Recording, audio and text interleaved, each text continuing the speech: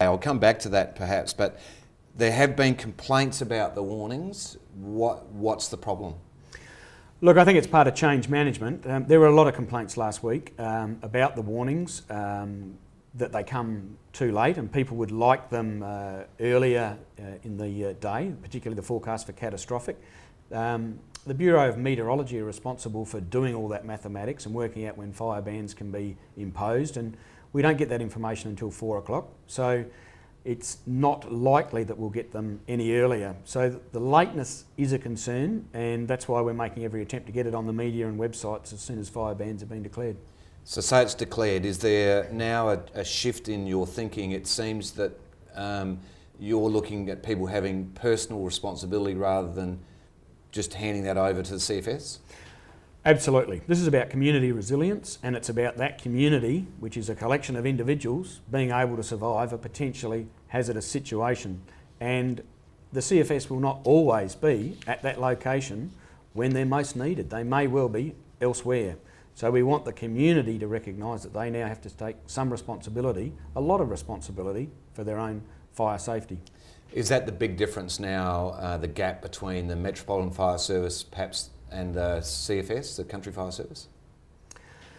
I guess it's not so much of a gap, but in terms of the Metropolitan Fire Service, generally if a single dwelling catches on fire, you'd expect the fire truck to be there very, very quickly. Okay. When you've got hundreds of fires burning across the state, it's just not possible to put either an MFS or a CFS appliance or an aircraft there to protect your individual property. Now, Brenton, let's assume that we can't rely on others. What preparation do you recommend this time of the year in a real practical sense? Practical sense, this time of the year, what we would call passive activities. Get around your property, get around the house, make sure it's ember proof. Look at the vegetation that's up to 20 metres away from your dwelling and say, do I need to remove that? Can I cut it down, prune it, take it away?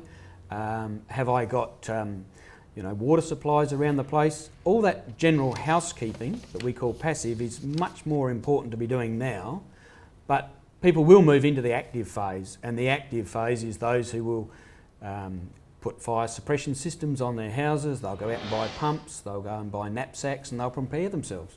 Speaking of buying, I got quite scared when I saw you on Koshi last week, and I've actually just been out, and I'll just show you very quickly, and the viewers, the sort of stuff that I discovered to equip ourselves, because quite frankly, I wasn't prepared, and this is some of my preparation, but there's hats, there's gloves, there's masks, there's overalls and hole-proof socks, portable radios. There's a whole host of ways that I've found out about. I went up to Belair and went into the shop up there, the fire rescue and whatever.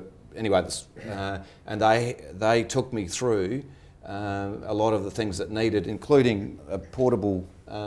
Very good. One of these, yep. And so that's part of my action plan. What in your view is the action plan? So preparation by buying things that help, to be organised if you're on site. What else? Look, shopping certainly helps, and I know you love it, Anthony, so well done. But the bushfire survival plan is really what you and your family need to go through. Log onto the website, it's a document, download it.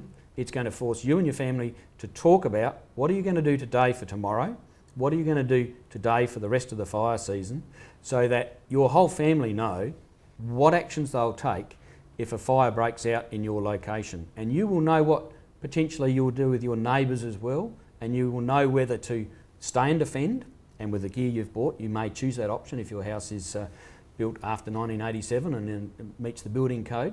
But you may not choose to stay and defend, but your family need to know in your bushfire action plan exactly what the actions they are going to take. The biggest mistakes people make? Well, the biggest mistakes people make are to think probably I'm in the metropolitan area, it's not going to affect me, I never drive through the country, it's not going to affect me, it won't be me, it'll be my neighbours, and I'll take no action and not prepare. Look at the Californian, the Canberra, the Greek, the Wangari and the Victorian fires. These fires are now going to be part of the natural landscape with global warming. We need to be prepared. So do you think the metropolitan hills people now are starting to actually work out that this is about them, not just about farms? Look, I think some are, and I would hope that interviews like this help, but you drive through the Adelaide Hills and it's not too difficult to see that there are areas of complacency that are still a grave risk to the people living there and their neighbours.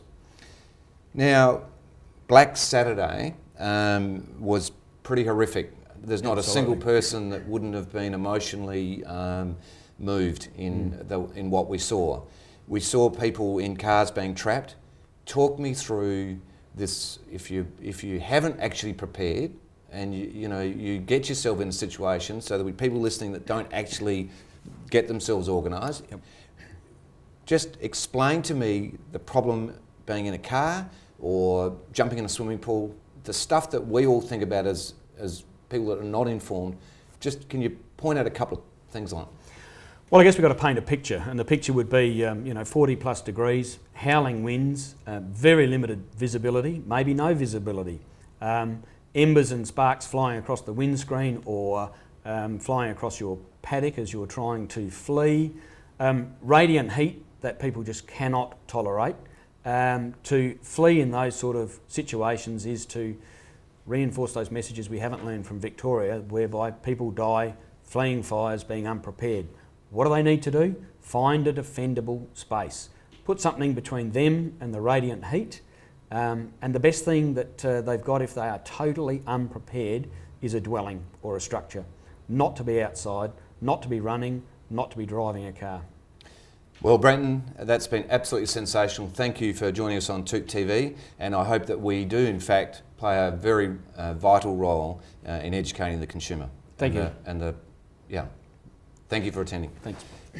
Now, Brenton, moving on from the fires, don't forget this is live and interactive, and to ring us on 1-800-TOOPY, 1-800-TOOPY, for those who would like to talk to us later in the show.